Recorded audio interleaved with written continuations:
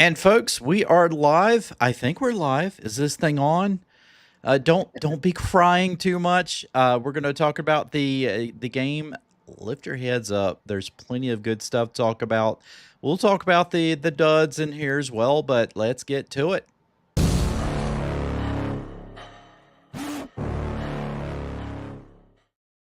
And we are coming to you live from, well, actually two different places, Virginia and North Carolina. My name is Greg. I am your host here, along with my co-host, Brandon Scott. And this is the Washington Football Maniacs podcast. This podcast, of course, is dedicated to news and commentary for the Washington Commanders. If you're down with that, hey, why don't you go ahead and hit that subscribe button. Subscribe to this channel if you don't mind. When you also do, make sure you hit that notification bell so you will be notified whenever we decide to slip out some new videos for you. We're going to try to do some more live stuff for you.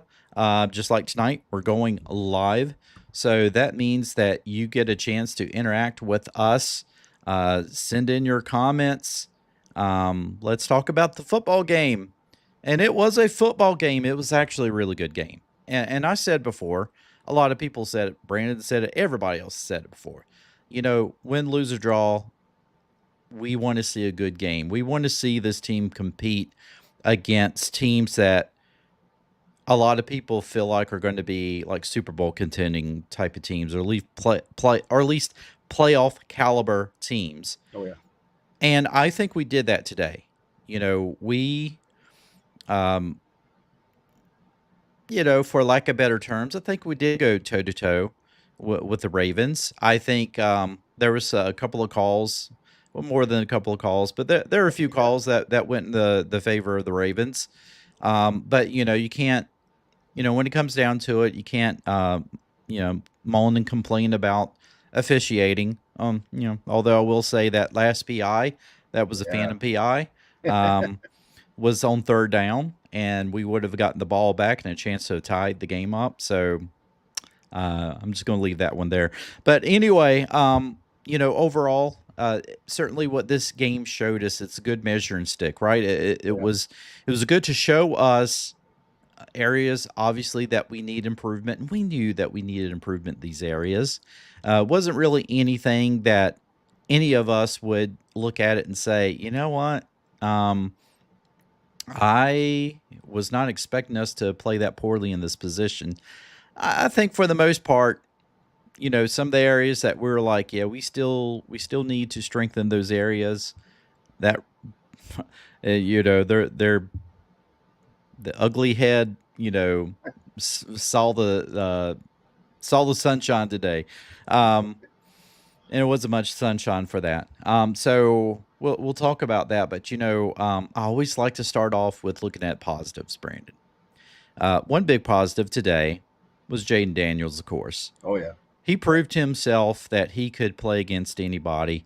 And I will say that to correct myself, because all week long, I was like, why is everybody talking about the Ravens defense being a legit defense? I mean, yeah, they're good, but they're ranked lower than what the Browns defense was. The Ravens total defense was 19th.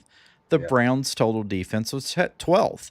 So by logic, it's like, well, we actually played a better defense last week, according to the rankings, and Jayden Daniels dismantled that team or that defense.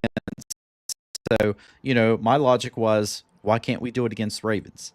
Well, sometimes rankings and stats can just be kind of thrown out the door, and you got to look at the historical value of just what you have seen out of certain teams. And historically, Ravens have always had a very stout defense. Yeah. Right? And so they were number one against the rush.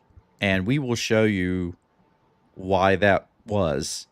So they were number one against the rush. It was their secondary that people kept saying was a little shady.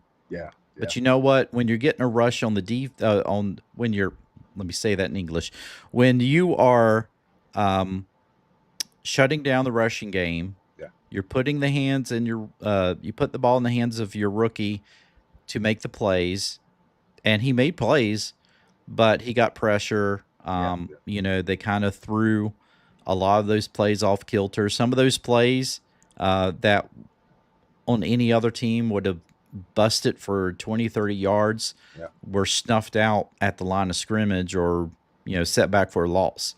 So I have to correct myself. What I saw today was a much better defense than what I saw last week against the Browns. Right? So I will say that the Ravens defense was pretty legit today. But I'll even say that despite that, Jayden Daniels still proved that he can play at the big dogs. So that is a positive thing moving forward. We know we have the quarterback. Everybody's like, wait till he plays against real defense. He played against the real defense today, and he played well. Absolutely. Now, did he put up the numbers that Caleb Williams put up today? No. But who did Caleb Williams play today? He played against the Jacksonville Jaguars. We played against the Baltimore Ravens.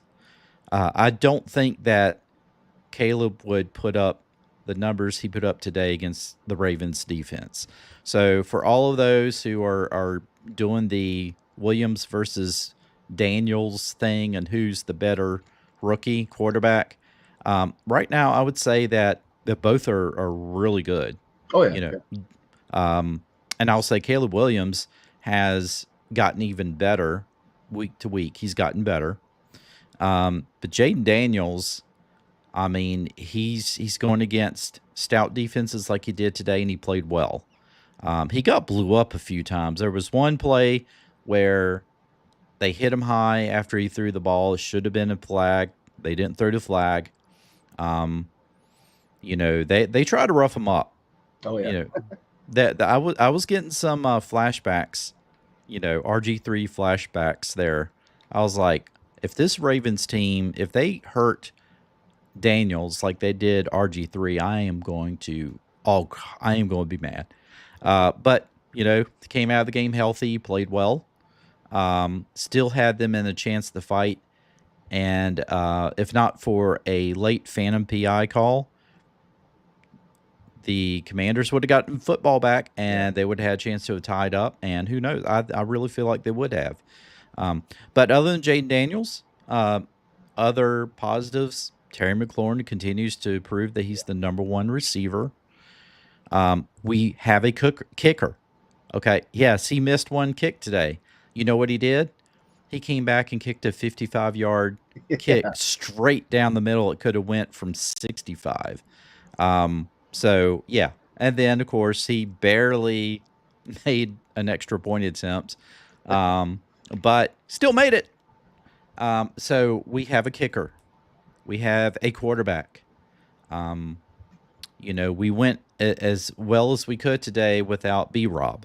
I feel like, Brandon, that had B-Rob been in the game, then we probably would have scored touchdowns where we had settled for field goals.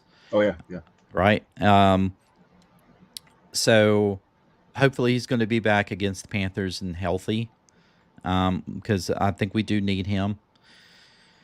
And certainly on defense, Benjamin St. Juice, liability. Emmanuel Forbes was a healthy scratch. We're going to talk about that. Jamin Davis was a healthy scratch as well. Two notable injuries. Dorrance Armstrong injured, didn't return. Looked like maybe bruised ribs. Yeah. And then Jonathan Allen, a pectoral injury. Don't know how much time he'll miss for that, if any. But and Dorrance Armstrong's starting to come on pretty strong. So that was a big loss for us there when Armstrong went out. And even, it's still a big loss with Allen because he does kind of fill up that inside, but Is it though? I felt like I had to say that because it was the PC thing to say. Right. Because honestly, you've talked about it too. we haven't seen much from him. Yeah. And I understand the idea of, well, sometimes when they're not making the splashy plays, they're still doing some of the dirty work that allows others to make the plays. Okay, maybe so, but you don't give him a big contract and all that for him to let somebody else make the plays. He's supposed to be in there making the plays. Provided Derrick Henry, I don't know how you tackle that dude. He's 8'6", 560 pounds. I mean, I can tell the guys are like, you know what? We'll gang tackle him to get him down, but if he gets past me, okay. Because beast, I'm not man. getting in front of him. Yeah. I mean, it's almost unfair having Derrick Henry back there with Lamar Jackson. It's unfair. It really is. So folks, I mean, like, Brandon, let me just show them this real quick. If I can get to the right thing here. If you want to know what was the real difference, hopefully you guys can see this. Okay, so we're talking about rushing yards. Austin Eckler, 9 carries for 21. Jeremy McNichols, 2 carries for 9 yards. And then you look over here, Derrick Henry, 24 carries for 132 yards, 2 touchdowns. Lamar Jackson, 11 carries for 40. So that's one of the biggest reasons why the Ravens were able to win this football game. There was no answer for Derrick Henry at all. I'm jibber-jabbering too much, so I mean, I don't know. I feel like I'm in counseling. I have to talk this out. But Brandon, a lot of things to hang our hats on. Yeah. I think looking forward, it was one of those games where it's like, okay, this is a measuring stick. This is going to show you, it's not going to show you, okay, you're not quite there yet. Yeah. But it is, and at the same time, you should be mad about that. And as I was looking at the video of the Commanders walking back to their locker rooms, and they were upset. Oh, yeah, yeah. In the past, you would have seen, after a loss, you would have seen some of those guys kind of laughing and just, not really taking it seriously. There was not a smile on anybody's face. Well, nah. I mean, I can see 2 reasons why, man. I mean, number one, they're taking it more serious. There's a culture change in DC. Like you said, under previous head coaches, they were kind of, just treated like another day at work. Where with this group of guys, they know how good they can be. And you notice I say can be because I think the second point is they know what part of the team is really holding them back. And that's the secondary, man. I mean, the secondary, and to me, is really 2 things I'm looking at are really messing the defense up. It's the secondary and it's the D-line, in my opinion. Dorrance Armstrong has been playing well up to the point where he got injured. But, we just talked about, Jonathan Allen and Jerron Payne. I mean, we need more for that price tag. And I think one of them will get traded at some point, whether it's at the deadline or in the offseason. But you have to get your money's worth. And, if you look at this D-line, they're just not it. Derrick Henry smoked this team on the ground. And if you look at the secondary, Zay Flowers, which nothing against Zay Flowers, he's a good wide receiver, but he put 9 receptions, 132 yards in the secondary. Yes. And, I mean, and like I said, Lamar Jackson, I think he's a better passer than some people give him credit for. But he's not a guy where he's going to sit back there in the pocket and destroy defense, man. He's more of a running guy where he's going to use his legs to put himself in the best position. So, I mean, their offense just outclasses, man. This secondary is a problem. St. Juice is not in the one corner. He's not. Now, the second pass interference was bogus. The dude slipped. And he even tried to, you know what I mean? He even tried to tell the referee he slipped. It was on a replay. That was such a bad call. But the first one was on him. And, like I said, Mike Davis, no show. I mean, Melvin Forbes at this point, look, I think the writing's on the wall. I'm not going to say they're officially given up, but there's a new regime in town. And you only have so much loyalty to a guy you didn't draft and has it pan out. Let's remind everybody. He was a first-round pick. Jamin Davis was a first-round pick. Jahan Dotson was a first-round pick. These are first-round picks, man, that haven't panned out. And yes, that, like you said, it shines a light on two things. The secondary is trash, and Ron Rivera was that bad of a GM. It I was mean, horrible. horrible. I mean, Horrible. there's not one guy, not one first round pick, I believe, that is still on the roster or is still an effective player or even a starter at this point. And so we need to spend some money in the offseason. I don't know if they try to make a move at the deadline for a corner, but to me, you go out there and find a number one corner. Stop playing. I mean, Manny Ford's just ain't it. Send him on his way. I don't see a cornerback on the roster that is really a long-term solution. Now, you could argue maybe St. Juice at the slot. No. Let me take that back. Mike Sanchez is definitely a part of the future. You got to pick the day. I definitely like him in the slot corner, but he's the one guy that's part of the future, in my opinion. Looking at the cornerback position, I mean, it's bad, and the defensive line needs some work in the offseason also. Now, this linebacker group, Frankie Louvu is a dog, man. He is a dog. He is nasty on defense, and Bobby Wagner, he still has some left in the tank. So, I mean, that to me, that's the weak point. One thing I didn't like, Greg, was I felt like we got the ball after the in the second half. So we scored that touchdown where Jayden Daniels threw that pass to Terry McLaurin for 7-yard touchdown at the 4 minutes and 21 seconds left. I felt like we should have grinded the clock down a little bit more because look, the Ravens the whole game were driving down the field. And at that point, if we grinded down, because that touchdown made it 10-10.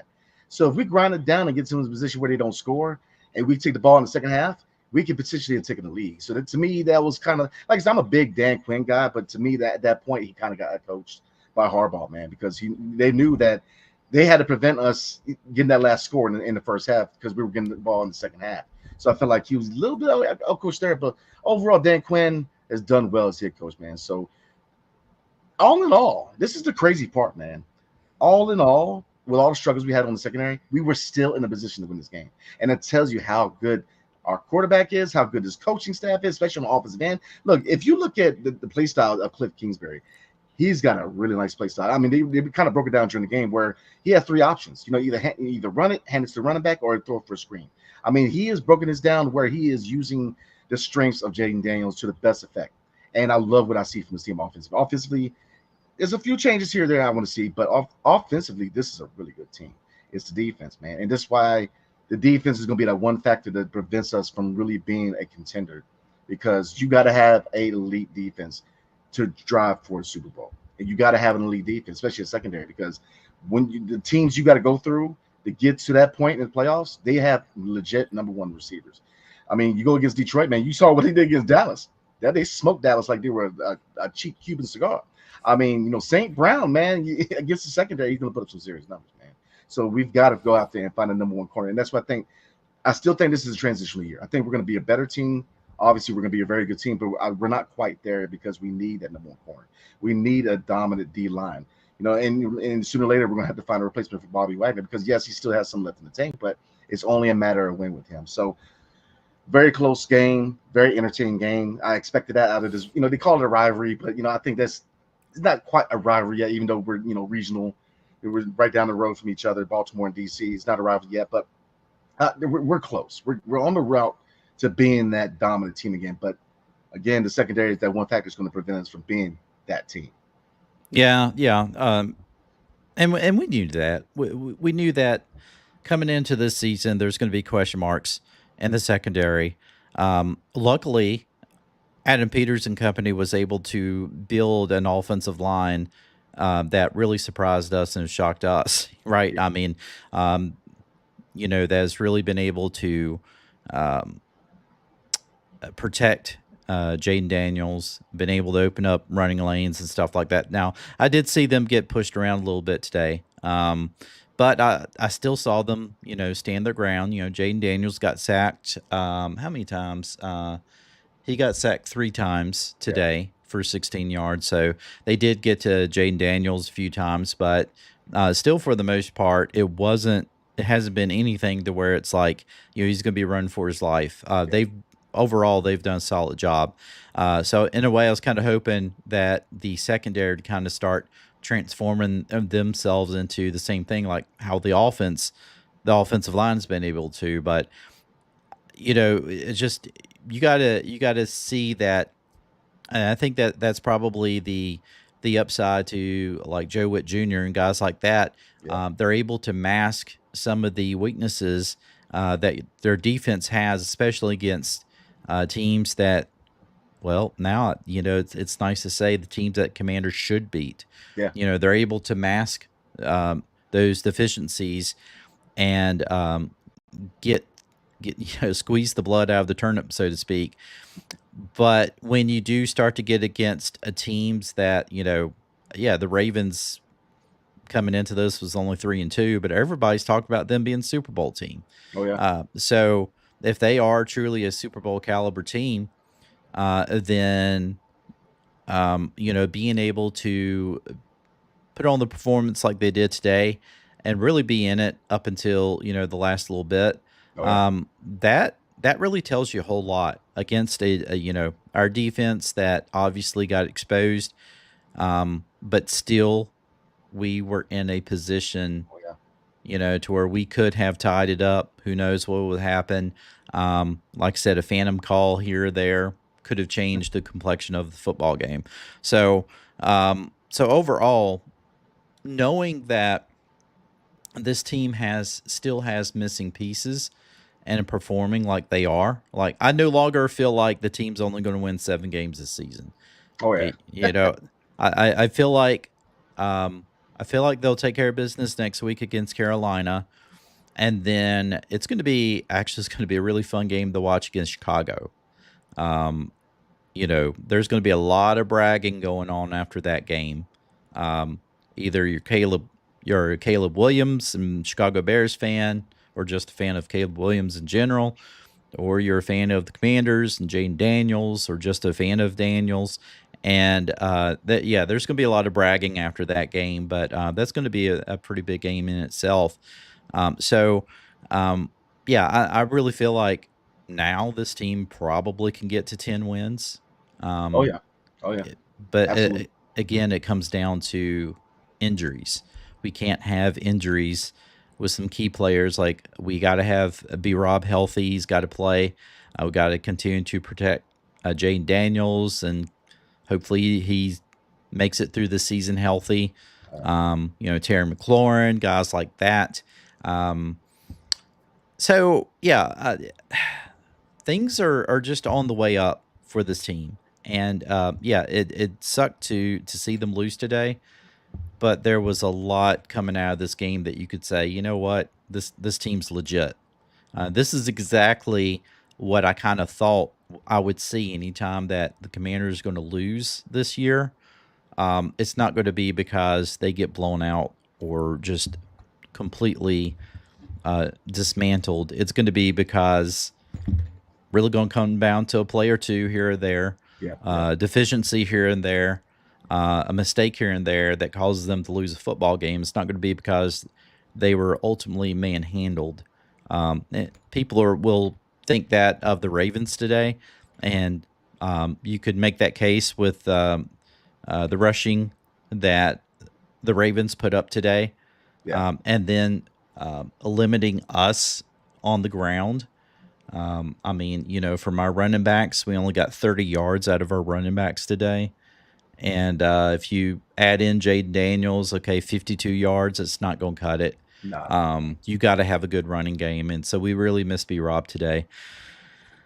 So moving on, we got the Panthers actually coming up, and it's going to be a home game. So, of course, everybody expects them to win. But Brandon, I think that not only do they need to beat the Panthers next week, but they need to dismantle them. They need to blow them out. Oh yeah, absolutely. And first of all, I will be at that game, man. So I'll be there firsthand to watch the Panthers get smacked up. But not like you said, that's a must win because you have to beat the teams you're supposed to beat, and you hit the nail on the head with that one. Carolina, yes, they're kind of a dumpster fire, even though it's really on their ownership, in my opinion, and just in other factors. But they can humble you. Like any given Sunday, you hear it all the time. Any given Sunday, any team can win. I mean, if you look at this season, man, there's been a lot of games where it's been off and on. It's been really hard because I'm a member of a pick'em league, man. And it's been hard to pick some games this year, man. Because look at the Dallas. I kind of expected Detroit's going to give them the business, but there's been a lot of teams overall, just the league where you don't know how to pick each week because there's been a lot of upsets and a lot of surprises here and there. So you got to beat the brakes off of Carolina. You have to, because even if they show signs of staying with us, it's going to make a statement. Just like today was a statement. We proved that we can hang with these teams like Baltimore. And look, Baltimore is a Super Bowl contender. They had you saw that chemistry, and that's why chemistry is a big thing because that's what I'm hoping. Once we finalize the wide receiver situation in DC, because we need to add a receiver, if not two, in my opinion. Even though De'Ami Brown does look better this year, Terry's Terry, but outside of that, you see a lot of potential. Noah Brown's not bad, but we need a really dominant number two across from Terry. It shows. People don't realize how much he really has to step up just for us to have some kind of advantage with the passing game. And Terry is really important to the team, and I think got to give him those flowers, man. He's been an important part of this wide receiver group for a long time. So Carolina, like you said, Greg, we have to beat the brakes off of them because if they show any signs of staying with us, then it's really going to be in light of where we're really at. But I'm with you. I think we are a 10-win team. We look good. It's just that secondary is just hard to watch at times. I mean, St. Jude, he just ain't it. He has his moments, but then it's just like, one moment you see it's like, oh, okay, and then the next play is like, come on, man, what we doing here? And the linebacker group has been the star of the defense, in my opinion. You see signs here on the D line. Dorrance Armstrong to me has been probably the better player on the D line. And Dante Fowler today, like, hey man, we kind of forgot about him. Dante Fowler, what was it, 4 tackles, 2 sacks, man. I mean, he was talking a little junk today. I like it. He was very, very active today on the D. So we are heading in the right direction. And this is something we've been waiting for a long time. We're definitely heading in the right direction. We're at a point where we've hit all those other boxes we needed to, right?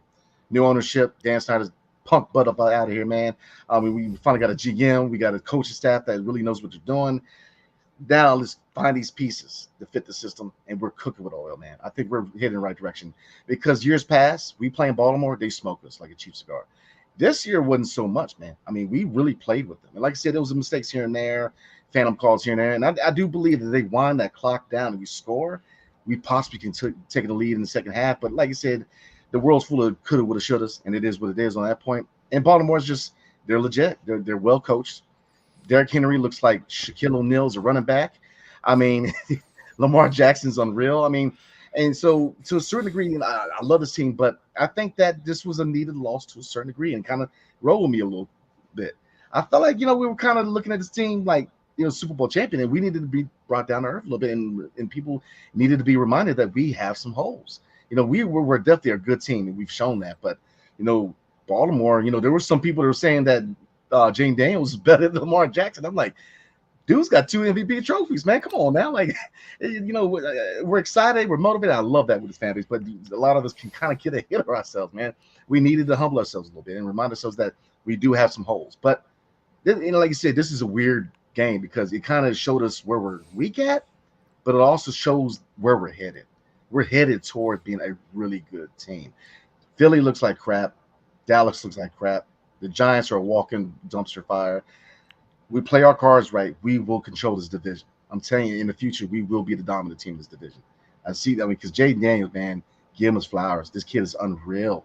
He is seasoned for a rookie. This guy, his anticipation on throws. You see them throws today, man? I mean, he was he had the ball out before they even made that pivot, man. I mean, especially the Terry McLaurin. He was hitting people.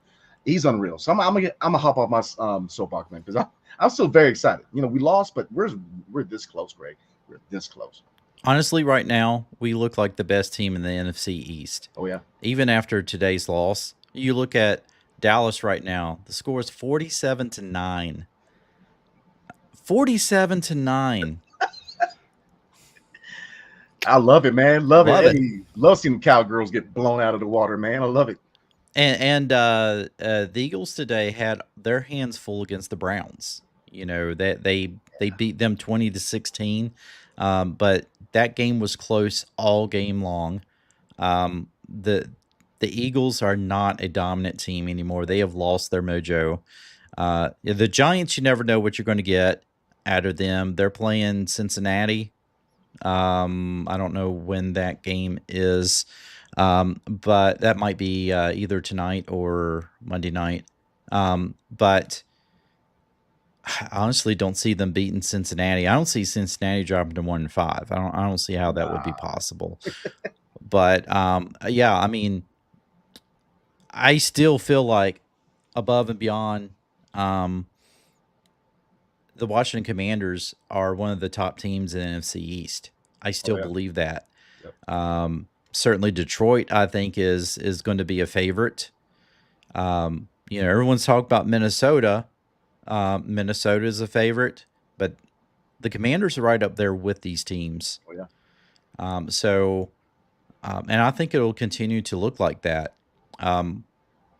Yes, they're going to lose a few more they're going to lose a few more games, but other than that, I'm telling you, they have played really well, and they need games like this to really show what they can do.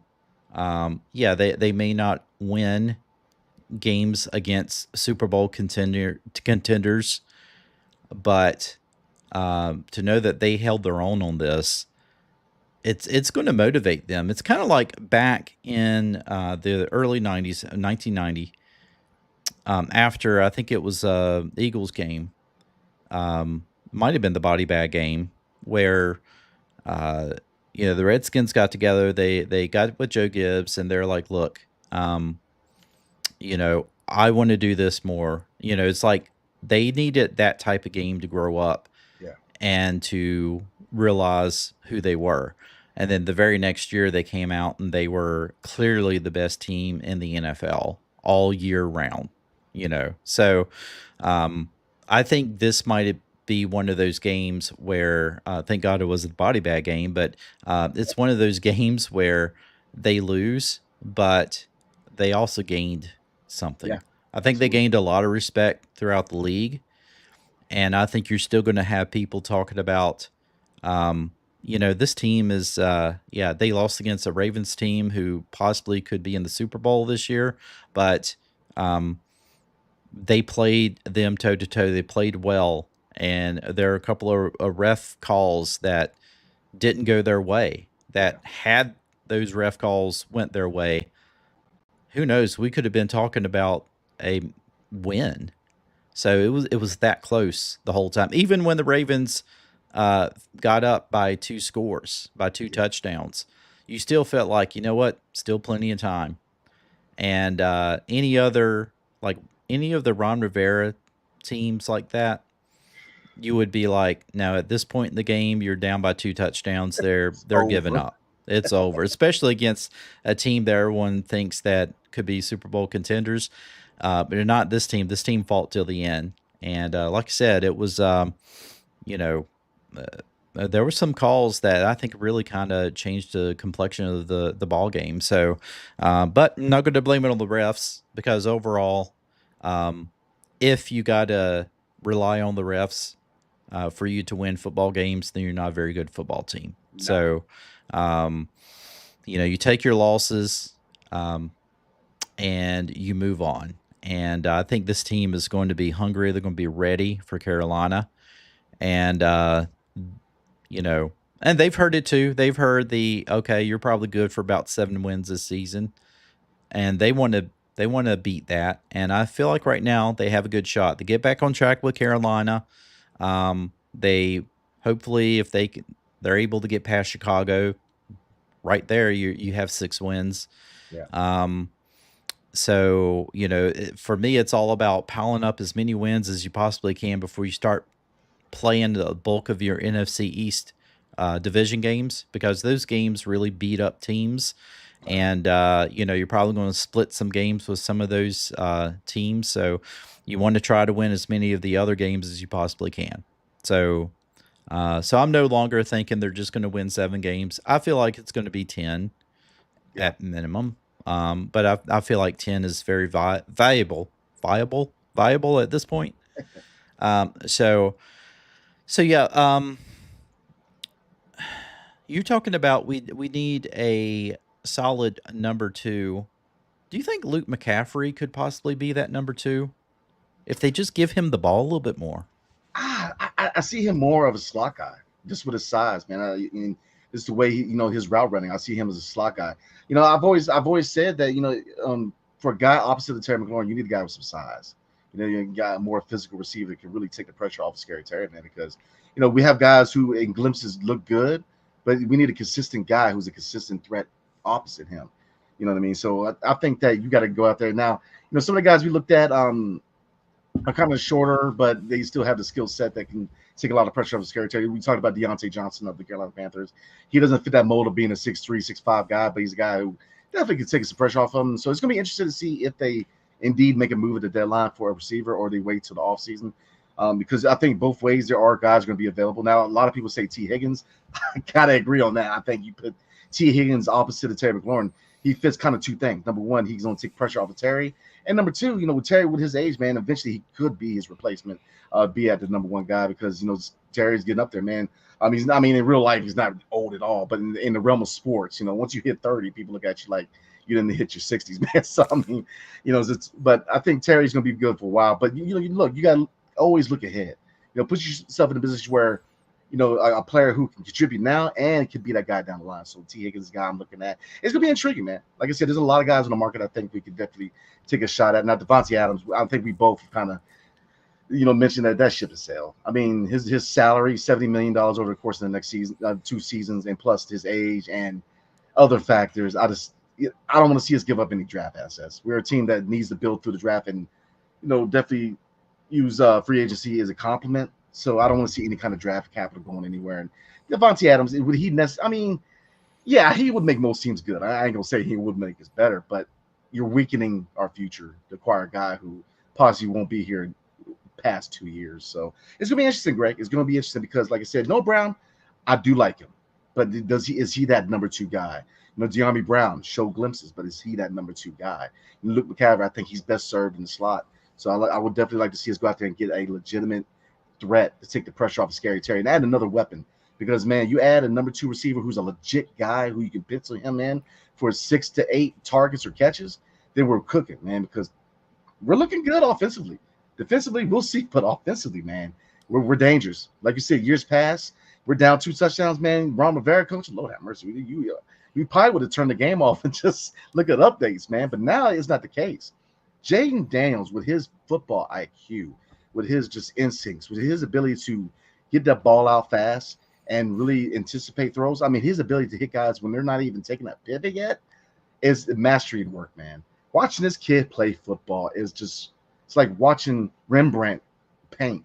The kid can play football, man. He's the football IQ shows it. And I think that if you look at how many years did he play in college, that counts for something. He got a lot of experience under his belt in college between Arizona State and LSU, man. So I think, we got a well-seasoned guy. And I don't really want to see this whole comparison with Caleb Williams. This is 2 different situations. Caleb Williams, I think he will be a good quarterback. I think there's more expectations for Caleb Williams because if you look at his wide receiver situation, he's got 3 legit guys at wide receiver between Keenan Allen and DJ Moore, and then you got Roma Dunze, man. They're legit. And then you have Swift at running back. And if I had to choose between Swift and B-Rob, I'm rolling with B-Rob. But kind of the point is he's got a lot more to work with than I believe that Jayden does. So there's no comparison, even though I think Jayden Daniels is a better quarterback. I'm just saying. So Ramon says this loss to an AFC team, so it doesn't hurt our playoff chances in the NFC. Yes, exactly. If you're going to lose against an AFC team, which is just fine, especially one that people are thinking is probably at worst going to be in the AFC championship conference game. So yeah, I totally agree with that because especially looking around at some of the other teams in the NFC, like I said, Dallas is getting their butt kicked. Is probably already finished by now. Seattle the other night lost. So, we're still pretty much up there. Yeah, it's way too early, but if you're going to lose against someone who is not in the NFC. Warhawk Rambo says we also did better in defeat than the Cow Pies. I like that. I always love it when we do like that. Was it the 6 degrees of separation, or something like that, where it's like, we didn't lose by as much as what this other team lost by, and then they were able to beat these, or they lost this other team that we were able to beat. So by all of that, we should be in the NFC Championship game come January or whenever. So I like the 6 degrees of separation. But yeah, I mean, Dallas is really heading in a different direction. Yeah. And I've always looked at Dallas as like, man, they're loaded. I mean, they have all of this talent. Now they did lose their running back from last year, Yeah. but I mean, they got like what, a $60 million wide receiver out there, number 88, CeeDee Lamb, and they get beat 47-9. I mean, it's whoa. Um, and yeah, I mean, Rambo agrees with us. We're on our way up, and you can see it. Dallas is on their way down. Philly, I think, is just right now, I think they're teeter-tottering. Yeah. You know, they have the talent on their team to be one of the best teams in at least the NFC, and they're just not. I mean, they're squeaking by with wins when they do win, and then they're getting beat pretty soundly. So, yeah, the Eagles are on their way down. The Giants, you never know about them, but I mean, we barely beat them with what was 100 field goals we had to kick to beat them Yeah. in week 2. But I mean, they're not that great. I mean, they're heading up the bottom of the NFC East.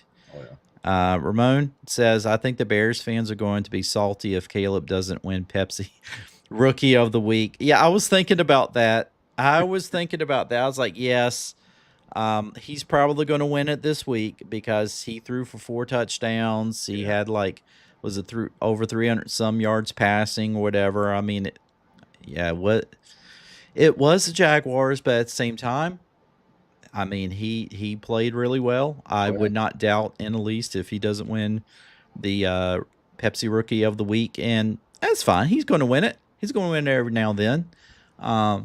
But I think Jaden Daniels is going to be up there, especially next week. I think he's going to, and he didn't play bad this week.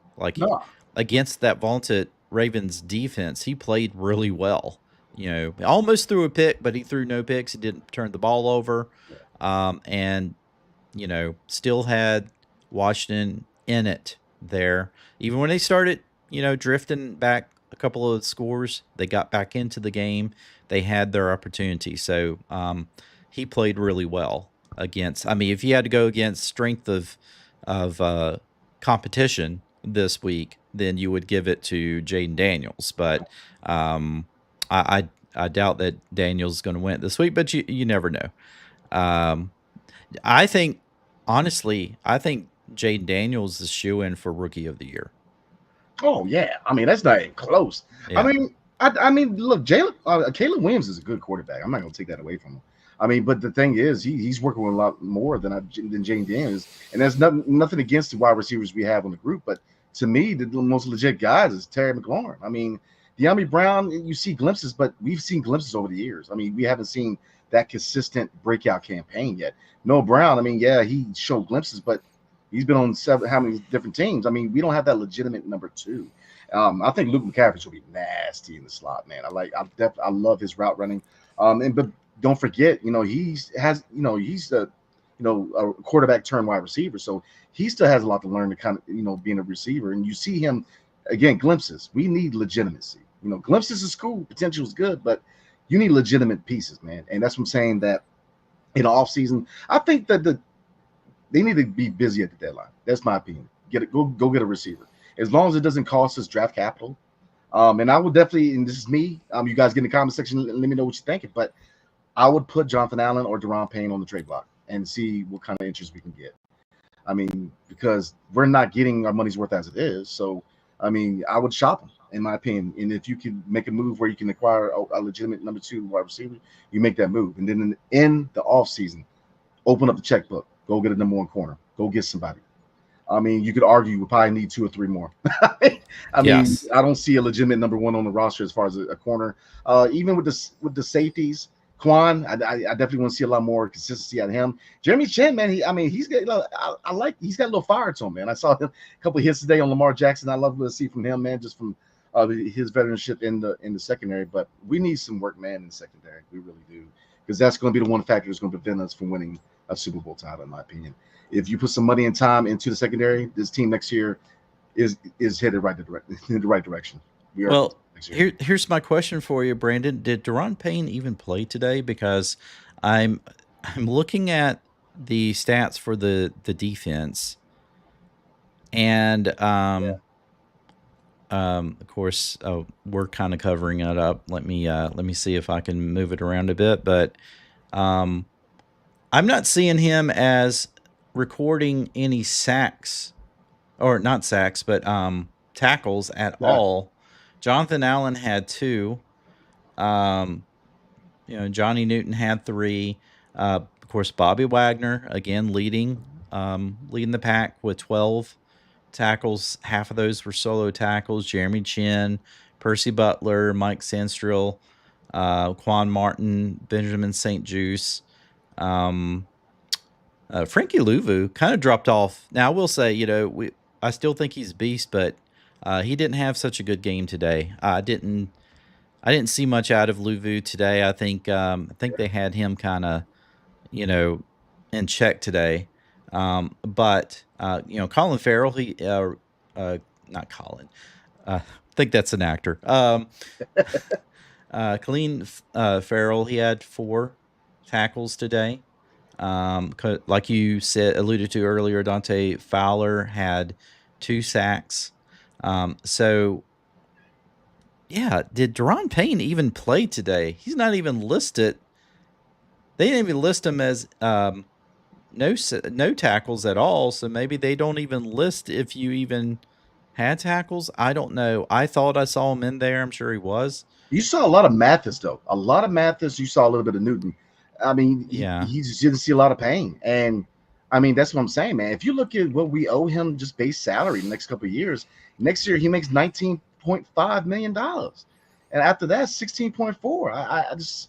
I'm not seeing production that matches that price tag. And same thing with Jonathan Allen. I think that really the thing that gets people with Jonathan Allen is look, I like Jonathan Allen. Look, went to the same high school. I mean, with the Stonebridge High School, man. So right in Ashburn. So, but here's the thing: you have to perform to these contracts, and you look at and NFL players are the worst for this, as opposed to NBA and Major League Baseball. Even though Major League Baseball is guaranteed money, and I get all that when it comes to NFL, most of the money guaranteed is going to be your sign-on bonus. But here's the thing: you hear a lot of them complain that I perform better than my contract. I need to get paid more. Fair enough.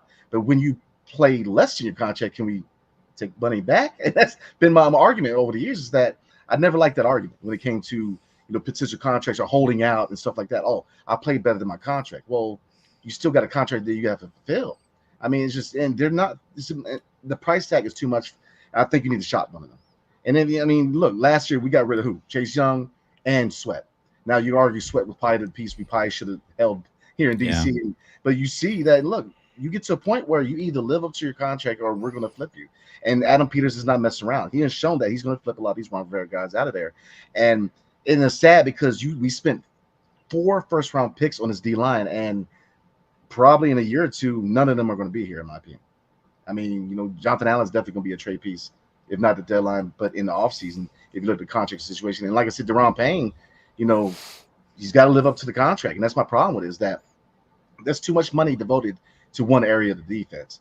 And that area of the defense is not living up to this, their potential. The star of the show is Bobby Wagner and Frankie Louvu, even though, Louvu had kind of a quiet day. But Bobby Wagner continues to be the consistent guy at linebacker. I mean, the tackles, 8 tackles, I believe. Every week in and week out, you just see him taking lead of this defense, being that quarterback of the defense.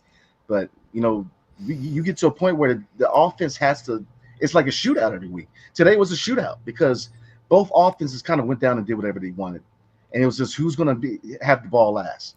And the offense can't continue to shoot out week in and week out. You're going to grind this offense down.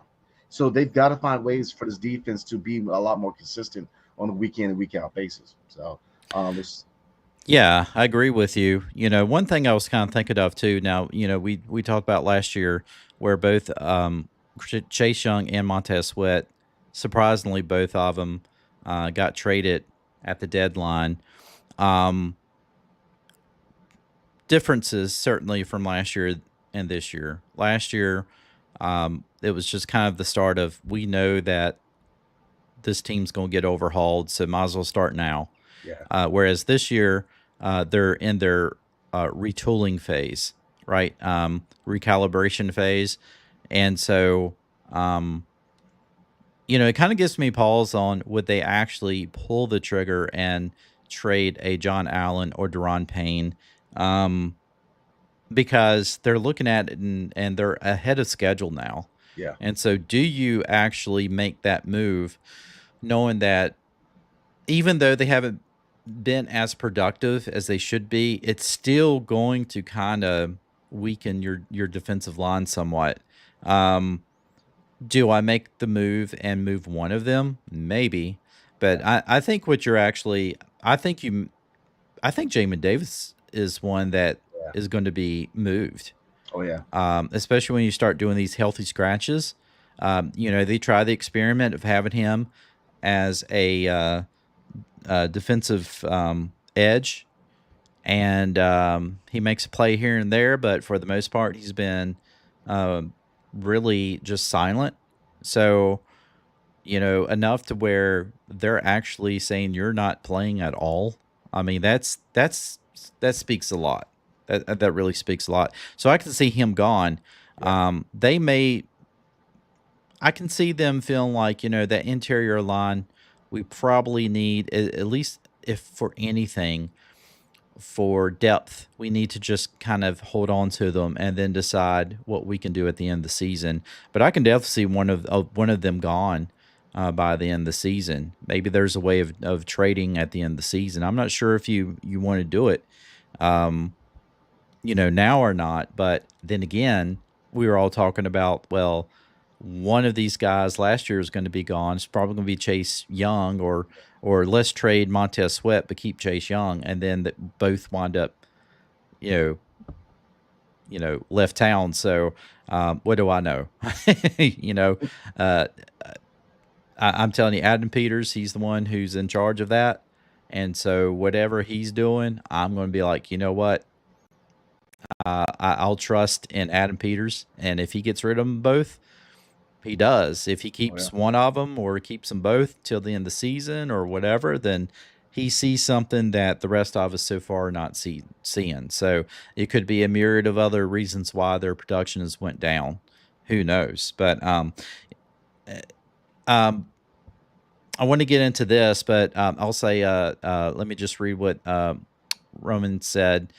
Do you think Noah Brown can be more productive if Cliff schemes plays for him? He plays well against zone defense as well. You got to remember too. He was out for a little bit for injury, and so they kind of eased him back in. I think they do try to have him in certain packages, but I mean, he's played well when he's been in there. He's played really well. He's been extremely dependable. So I think him being more productive is just, can he get open more, or can he catch the football more, things like that. But he makes those catches when he needs to. So yeah, I mean, certainly, yeah, you scheme for him more. Get him playing against zone defenses and things like that. He's a big guy, so excuse me. I think even if he's got one-on-one on him, he should be able to be strong enough for 50-50 balls and things like that. So now, can he be a number two? I don't know if he'll ever be a number two. I don't know. I just think that as long as there's no injuries, I think that we can roll with our wide receivers. But then again, someone like T. Higgins does kind of, interest me some. So, but I just want Cincinnati to at least keep them until they beat the Giants tonight. So, Rambo says now, yeah. He's saying the same thing. They need to do us a solid and shrink the Giants. Oh yeah, absolutely. I just don't see the Cincinnati going 1-5. I really don't. Foundation has been set. Right on, brother. Raymond Johnson says Payne got paid and then production fell off. Yep. I agree. I mean, he was a beast a couple of years ago. And honestly, I thought he was on his way out because we had drafted, Fedorian Mathis. Yeah. And I thought, okay, so Fedorian is going to be Deron Payne's replacement because obviously, Deron Payne is not going to be here, doesn't want to be here. He's fighting with Allen on the sidelines. It's not good team chemistry. And then all of a sudden, somehow he got paid. And then I thought he did play up to his potential initially. And yeah, but it's slowly starting to dwindle. And like I said, I don't even know if he played today. I Yeah. saw more of like you said, Johnny Newton, Fedorian Mathis. Yeah. I didn't see any of the other guys. Payne might click better with a different defensive scheme. You know what? I think it's just that he just needs to play better. Yeah. Oh yeah. Yeah. He got paid all of that. We don't, sometimes they just need to get out there and work harder. I want to look at these tweets. I figured this might be something fun to kind of cover within the last few minutes before we kind of roll out for the evening. But Jay Gruden, he says, anyone think Ben Johnson regrets turning down the Redskins job? And I love how Jay Gruden says Redskins. Hail to the Redskins. And of course, Romo today said Redskins. I wasn't going to, let that go. I saw that. I saw that slip. Yeah. Yay, Romo for that. You'll never hear me cheer for Romo other than that. But even they lost Jaden. Even though they lost, Jaden is the man. Sorry, Commanders. Now, I don't know if he meant to say sorry, Commanders, that you didn't get Ben Johnson, but I'm pretty fine with Cliff Kingsbury. Yeah, I'm gonna go with Dan Quinn. Man. Yeah. Now, now saying that, yeah, they dismantled Dallas today, but still, no, I'm not regretting Ben Johnson turned down the job at all. And I think Ben Johnson wants to continue to be an offense coordinator because I think he's kind of like me, my normal job, or my abnormal job, however you want to call it. I was about ready to go to another company, and they were offering me a little bit more, but I had unfinished business, and I really wanted to. I like to see my projects through. And so now I got paid, right? I negotiated, I got paid, but I wanted to stay where I was at for at least I didn't feel like it was ready for me to go anywhere. And I think that's probably how Brian Johnson felt with Detroit. Mark Tyler from Hogs Heaven says, who gets fired on Monday? Peterson or McCarthy? Who do you think, Brandon? I would say McCarthy, man, just because Dallas is Dallas. Jerry Jones, man. That's a toss-up, man, because Peterson. Here's the thing, though. Looking at that real quick, I don't think it's all on Peterson and Jacksonville. I think that people put Trevor Lawrence on this pedestal and this tier that he hasn't lived up to yet. They don't have bad weapons there. Christian Kirk, he's not bad. Now, if you look at Dallas, you can argue that with Dallas too. You just paid 88, man. So it's just they're a mess, Dallas. They don't have an actual lead back. It's I wouldn't be surprised if both of them had walking papers on Monday. To be honest with you, but if I had to bet on which one would be the shoe-in to be gone, McCarthy, man, his seat is so hot, man. I don't know how he sits down. They're done. Dallas just is done, man. Knowing Jerry Jones, there's a lot of changes coming. Yes. Yeah.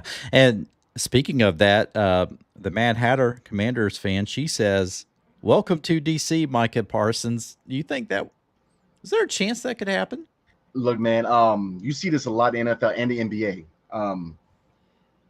Coaches and players have these relationships. If you see what Micah Parsons said when Dan Quinn and Joe Witt got the job initially, they said, look, I might be following you over there.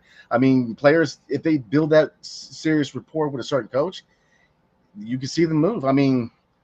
right now Dallas looks bad, man. I mean, I don't know how you recoup because they just haven't played up to the level they thought they were going to be. Same thing with Philly, but Philly's always been a team where they always act like the Yankees of the NFL. They go out there and get a bunch of talent, and they expect to be a contender year in and year out because you accumulated a bunch of elite talent at certain positions. But I mean, I don't know if you remember, Greg, when Philly had Asamoah at corner.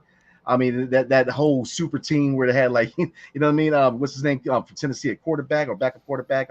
Was it Vince Young? And they called themselves a super team. And I don't even think they made the playoffs. So Philly's notoriously known to accumulate a lot of talent, and the talent doesn't necessarily fit the scheme or they're the right pieces. But we have an opportunity here, man, where we could definitely take that leap and be not only the best team in the division this year, but possibly within the next 5 years, man, because we're headed in the right direction. We have the right pieces set in place for this team to be that contender again.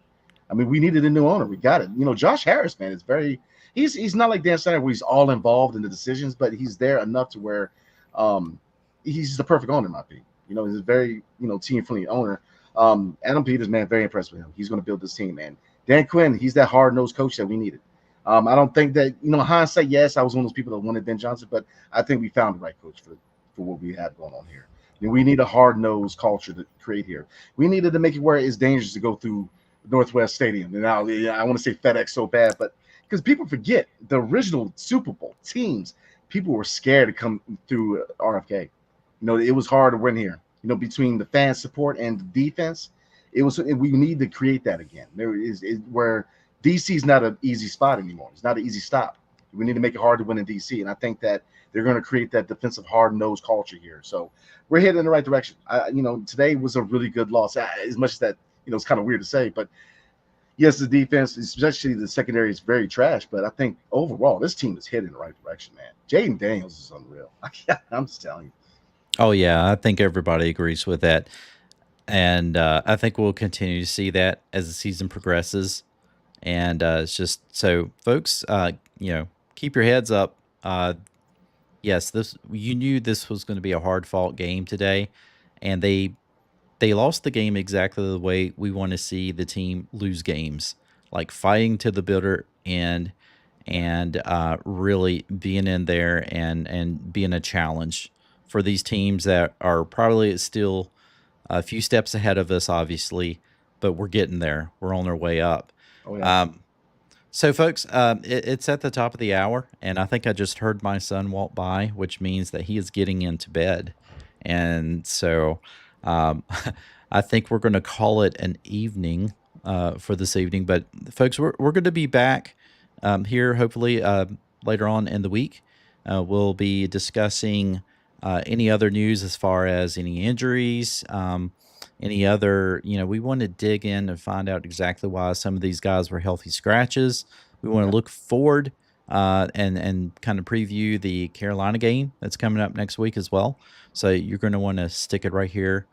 Stick with us with the Washington Football Maniacs. Like I said, if you haven't subscribed already, please make sure that you have subscribed to us. Again, hit that notification bell. So you'll know when we come out with the other videos, and share it with your other friends as well. Tell them about us. We're just a couple of guys who love to talk football. And with that said, Brandon, I think we're going to go ahead and call it an evening. Do you have anything else before we roll out, brother? No, sir, man. Just want to let everybody know, look, we are headed in the right direction. Keep the faith, and we're going to be all right. Yes. Thank you, Rambo. We will do our best to keep it awesome, and we will do our best to continue to bring you guys some awesome content and discussion. With that said, this is Greg Sykes along with Brandon and Scott. We will see you on the flip side in the next one. Take care, everybody.